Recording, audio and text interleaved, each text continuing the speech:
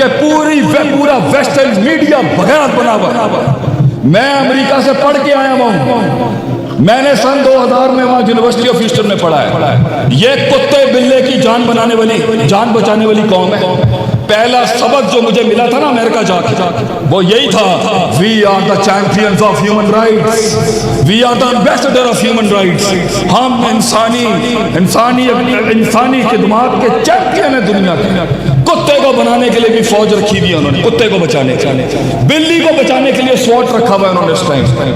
یہ ان کی اوپر کی برانڈنگ ہے, یہ ان کا اوپر کا پورا مارکیٹنگ کیمپین ہے کہ جی ہم انسانیت کی خدمت. ہم نے میڈیسن کے اندر اپنے کام پیش کیے, ہم نے سائنس میں ترقی کی. انٹارکٹیکا کی برف ہم بچا رہے ہیں, نیوزی لینڈ میں کیوی ہم بچا رہے ہیں, ٹائیگر ریزرو ہم بچا رہے ہیں, افریقن وائٹ رائنو ہم بچا رہے ہیں, پانی کے نیچے ویل مچھی ہم بچا رہے ہیں, ویل مچھی کے چربی سے نکالنے کی میڈیسن ہم بچا رہے ہیں. We are the champions of human race. تم نے کیا دیا سوائے بمبار خودکشوں کے؟ یہ جملے سنے ہوئے ہیں میں نے 20 سال پہلے. آج فلسطینیوں نے ننگا کر دیا ان لوگوں کی اس دو ٹکے کی اس ہیومینٹی کو, ننگا کر دیا فلسطینیوں کی شہادتوں نے, ان کی 2 ٹکے کی اس انسانیت کو, کہ تم نے بچوں کے بچے کاٹ دیے یہاں پر, اور تم لوگوں نے لاکھوں کروڑوں ٹریلین ڈالرز دیے ہوئے ہیں سیلیبریٹیز کو, اداکاروں کو. میں جا رہا ہوں. سیلیبریٹیز کو, اداکاروں کو. آپ ویسٹرن میڈیا کی تقریریں اٹھا کے دیکھیں, انہوں نے باقاعدہ اکاؤنٹس ہیک کیے ہوئے ہیں صرف اسرائیل کا فلیگ لگانے کے لیے. یہ دلیل ہے اس بات کی کہ جسم تو کٹ گئے مگر فلسفہ امر ہو گیا ہوں, اور وہ اتنی جان مال طاقت کے ساتھ ذلیل و خوار ہو گیا ہے کہ کل کولمبیا یونیورسٹی کے اندر, کل کی بات ہے, کولمبیا یونیورسٹی کا پروٹیسٹ دیکھنے والا پروٹیسٹ ہے کہ سارے گورے کافر ریفیوجی کیمپ بنا کے Columbia one of the top universities in America میں آتی ہے, کولمبیا یونیورسٹی میں بیٹھ کے وہ احتجاج چل رہا ہے کہ ان کی ماں مر چکی ہے. جب ایک نظریے کے اندر اپنے خلاف ہو جائیں, جب ایک فکر اور ایک تحریک کے اندر پیسہ کھلانا پڑے جھوٹ بولنے کے لیے, اور جب ایک فکر اور تحریک کے اندر اور ایک فلسفے کے اندر لوگ خریدنے پڑے جھوٹ بولنے کے لیے, وہ اپنی موت مر چکا ہے. ہمیں یہ دیکھنا ہے اور مجھے یہ دیکھنا ہے کہ میں کیا وہ اس چڑیا کی طرح, آگ تو شاید میں نہیں بجھا سکتا, آگ شاید میں نہیں بجھا سکتا ابراہیم علیہ السلام, لیکن شاید وہ ننھی سی چونچ کا ایک پانی کا قطرہ, that little drop of water, وہ مجھ سے اگر اللہ پوچھے گا اگر کسی دن کہ یہ تو جنت میں ہے, تو بتا تو نے کیا کیا, تو شاید آج کے اس ایوان میں میرے امیر محترم پروفیسر ساجد میر حفیظہ اللہ کی جماعت اور مجاہدین کی اس جماعت کے سامنے اگر دل سے نکلا ہوا ایک جملہ بھی بغیر ریاکاری کی اس سچائی کے ان بھائیوں کے لیے تھا جنہیں جلا جلا کے کاٹا جا رہا ہے اس ٹائم پر, شاید اس چڑیا کی طرح میں بھی جہنم کی آگ سے بچ جاؤں.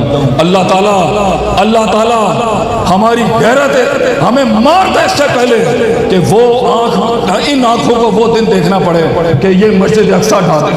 مار دے اس سے پہلے اللہ مجھے وہ دن نہ دکھائے, وہ رات نہ دکھائے جس دن میں یہ دیکھوں کہ انہوں نے سلیمان ٹیمپل بنا لیا اس ٹائم پر اس مسجد کے اوپر. اس آنکھ کو وہ اگلا دن نصیب نہ ہو. میں دعا کرتا ہوں اللہ سے کہ میں اسی دنیا کے اندر مر جاؤں یہ دیکھتے ہوئے کہ فلسطین کے لوگوں کو, عربوں کو وہاں سے ذلیل کر کے نکال دیا انہوں نے, جس طریقے سے ظلم و زیادتی کی ان کے ساتھ. اللہ میں دعا کرتا ہوں اللہ تجھ سے اس ایوان میں بڑے بڑے بزرگ بیٹھے ہوں گے, بڑے بڑے مواحد بیٹھے ہوں گے جن کے تو جو مستجاب و دعوت. اللہ میرے سینے کو اور ہمارے سینے کو وہ دن دکھا جس دن صلاح الدین ایوبی کے قبر مبارک کے اوپر لات ماری تھی فرانسیسی منسٹر نے, ہم بھی یورپ کی قبروں کے اوپر اسی طریقے سے لات مارے جنہوں نے مسلمانوں کا خون کاٹا, جنہوں نے مسلمانوں کو کاٹ کاٹ کے پھینکا. اللہ مجھے اور ہم سب کو وہ غیرت دلائے کہ کاٹ کاٹ کے ہمارے جسم سے توحید کا نعرہ لگ رہا ہو, ہمیں کاٹ دیا جائے لیکن ہماری مقدسات کا حفاظت ہونی چاہیے. اور اللہ ہمارے بڑوں کو جن کے ہاتھ میں یہ طاقت ہے, جن کے ہاتھ میں یہ سلطہ ہے, جن کو اللہ نے اولو الامر کا لقب دیا قرآن کے اندر کہ یا ایھا الذین آمنوا اطیعوا اللہ واطیعوا الرسول واولی الامر منکم. میں خارجی نہیں ہوں جو اولو الامر اور اپنے حکومتوں کے خلاف بکواس کروں, میں خادم ہوں اپنی قوم کا بھی، اپنے ملک کا بھی اور اپنی اسٹیٹ کا بھی۔ میں دعا کرتا ہوں اللہ تجھے، میرے بڑوں کو اللہ تعالیٰ وہ ہمت اور حوصلہ اور جوش دے کہ جب کٹنے مرنے کی باری آئے ہم بھی اپنے کچھ 50 پیسے ڈال دیں اپنے خون کے۔ کئی سنی بات میں جو غلطیاں تھیں وہ ساری میری تھی، جو کچھ تھوڑا بہت حق بیان کیا وہ اللہ کا تھا، اللہ کی طرف سے تھا۔ اقول قولی ھذا استغفر اللہ لی ولسائر المسلمین، جزاکم اللہ خیر۔ اللہ تعالیٰ فلسطین کو آزاد کرے ان فرعونی طاقتوں سے۔ السلام علیکم۔ کسی بھی شے کو عدم سے وجود میں آنے کے لیے اور وجود سے اس کمال تک پہنچنے کے لیے بڑی کاٹ کاٹنی پڑتی ہے۔ کسی نظریے کو، کسی فکر کو، کسی فلسفے کو، کسی عقیدے کو جسم کی شکل اختیار کرنے کے لیے بہت موتوں سے گزرنا پڑتا ہے چھوٹی سی حیات پانے کے لیے۔ اللہ کے نبی صلی اللہ علیہ وسلم نے اپنی 23 سال کی انتہ کٹھن، خونی، توڑ دینے والی اور دل کو چیرنے والی محنت کے بعد رہتی دنیا کو 2 بڑے تحفے دیے۔ ایک قرآن دیا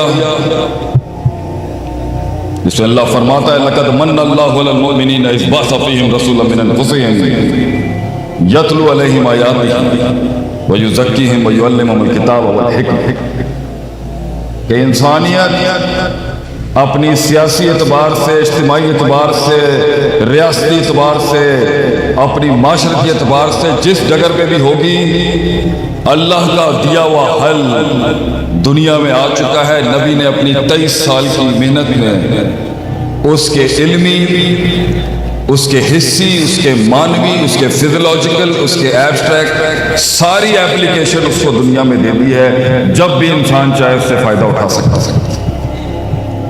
اور دوسری چیز نبی اکرم صلی اللہ علیہ وسلم نے جو رہتی دنیا تک انسانوں کو دی وہ ہے امت مسلمہ۔ ہم سے 2 لوگ اکٹھے نہیں کیے جاتے۔ یہاں 2 لوگوں کی جماعت بنانی ہو تو آدمی کی ہمت کے گھوڑے کھل جاتے ہیں وہاں پر۔ آپ صلی اللہ علیہ وسلم نے اس معاشرے کے لوگوں سے ایک ایسی جماعت تیار کی جسے آج 1450 سال ہو چکے۔ This is the 52nd generation of the Muslim Ummah۔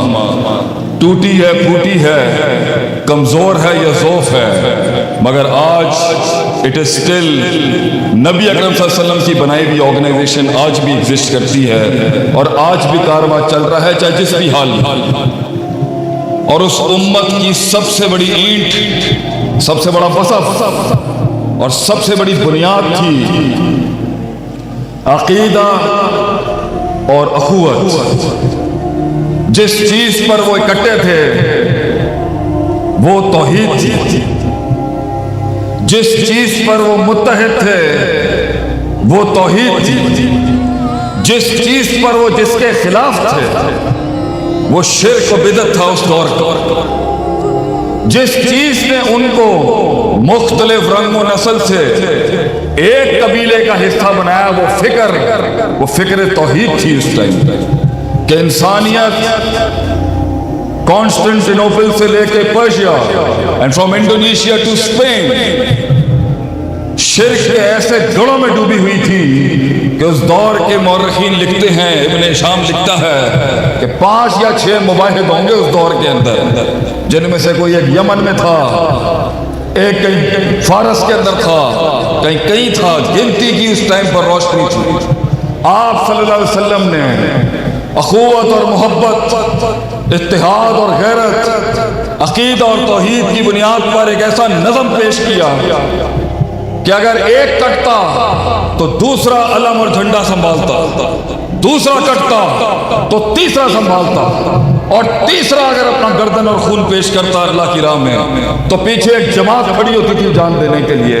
اور یہ وہ لوگ تھے کہ یہ 10-10-15 کے 10-10-15 10 and 15 people out there 10-10-15 لوگ جاتے اور ریاستوں کی ریاستیں ہلا کے رکھتے، اس حد تک کہ اس حد تک کہ نظریہ، جذبات، احساسات، ادراکات، عقائد، تجربات اس کمال اور جمال پہ کھڑے تھے کہ روم کے ایک سپہ سالار نے بڑے ہی تحقیری جملے بولے خالد بن ولید کو رضی اللہ تعالیٰ عنہ کہ تم کیا لینے آئے ہو ہمارے پاس؟